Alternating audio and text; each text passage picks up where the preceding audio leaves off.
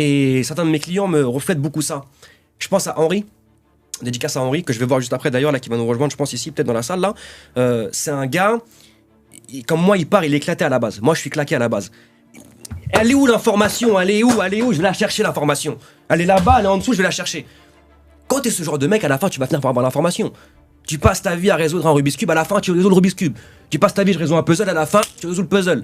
Quand t'es ce genre de mec, et il y a aussi une part, est-ce que t'as des couilles ou pas, genre? Est-ce que t'as des couilles ou pas? Ça demande du courage de se développer, ça demande du courage de rentrer dans cette aventure entrepreneuriale. On dit souvent que de 0 à 10 000 euros, c'est le plus dur, entre guillemets. Oui, c'est le plus dur, mais c'est pas pour autant que c'est dur. C'est le plus dur, mais c'est pas pour autant que c'est dur. Factuellement, ce n'est pas dur.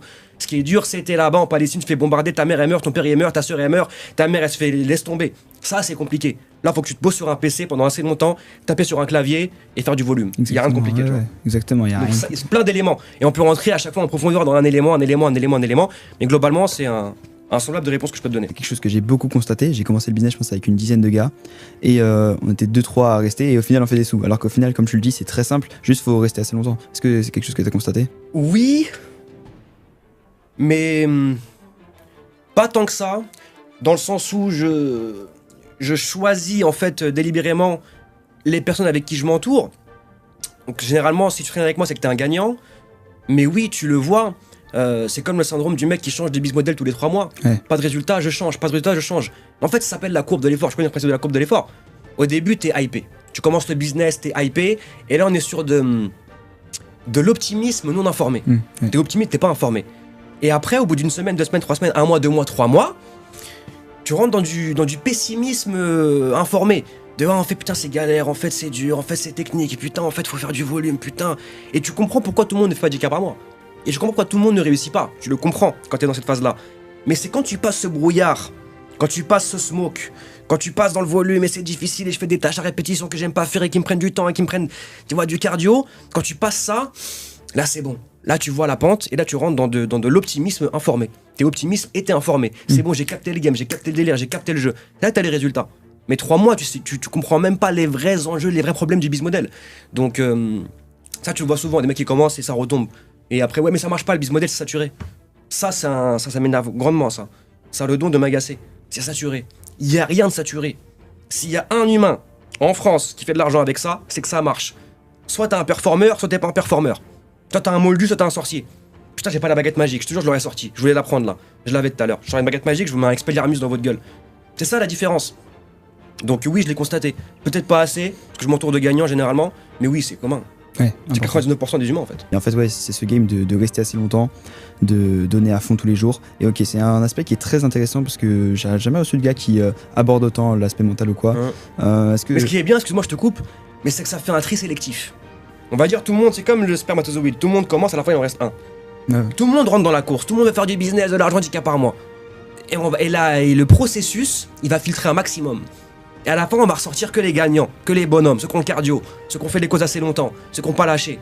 Et donc on mérite. Mais il faut des perdants pour avoir des gagnants. Donc heureusement qu'il y en a qui perdent, heureusement qu'ils n'ont pas le cardio. Sinon tout le monde gagne et là ça n'a plus de valeur. Ouais. Et donc le 10K par mois, en fait, il faut faire 1 million par mois pour genre ouais, c'est moi, j'ai réussi, genre. Non. Mais très sélectif, donc c'est bien, en vrai, ça nous avantage nous. On a du cardio. Tu peux raconter un petit peu les erreurs que tu as faites et que tu ne referais pas pour quelqu'un qui veut faire la même chose, qui veut refaire le même parcours et qui veut pas retomber dans les choses qui t'ont fait perdre du temps à toi? De pas avoir... Il y a des jours où tu te sens perdu, où tu cherches sans vraiment savoir pourquoi tu cherches. Tu essaies des choses, tu changes de direction, mais rien ne te semble juste. Jusqu'au jour où tu tombes sur quelque chose qui change tout.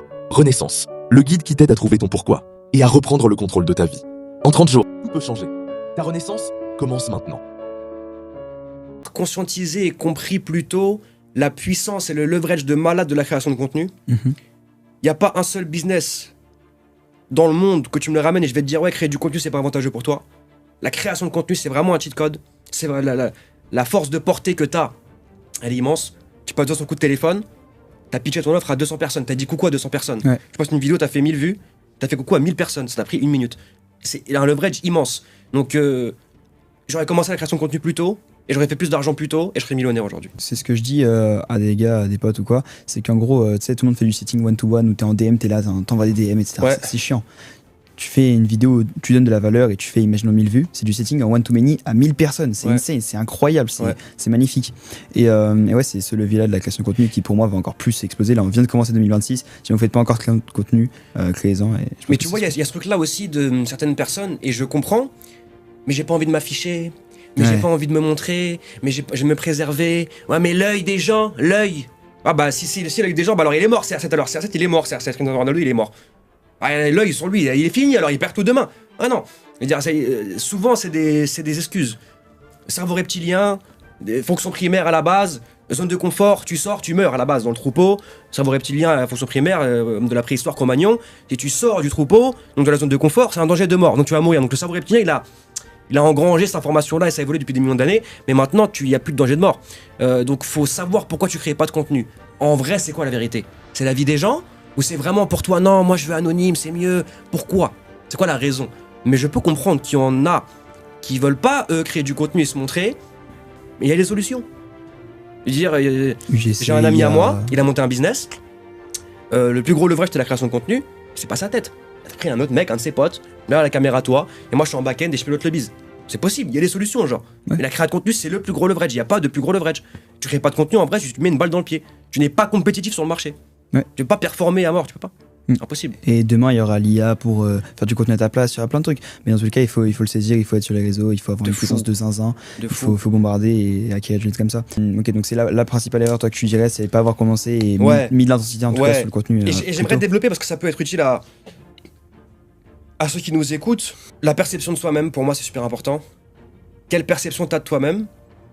Est-ce que tu cultives un ego? Comment tu te vois? Comment tu te perçois?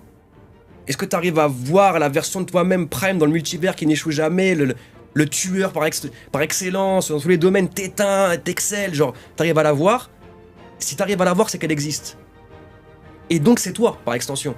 C'est toi, parce que tu la vois, c'est toi. Donc tu peux devenir ça. Et plus axer cette dimension cérébrale. Moi, le livre qui m'a déréglé, c'est Le secret de Rhonda Byrne, je sais pas si tu l'as lu. Non. Le secret de Rhonda Byrne. Il Ok. m'a retourné le cerveau et je l'ai lu parce que j'ai vu une interview où ça dit, McGregor il disait, je l'ai lu, ça a changé ma vie. Ça m'a piqué, ça m'a intéressé. Ouais, C'est de combat, j'aime bien. évidemment. Je l'ai lu.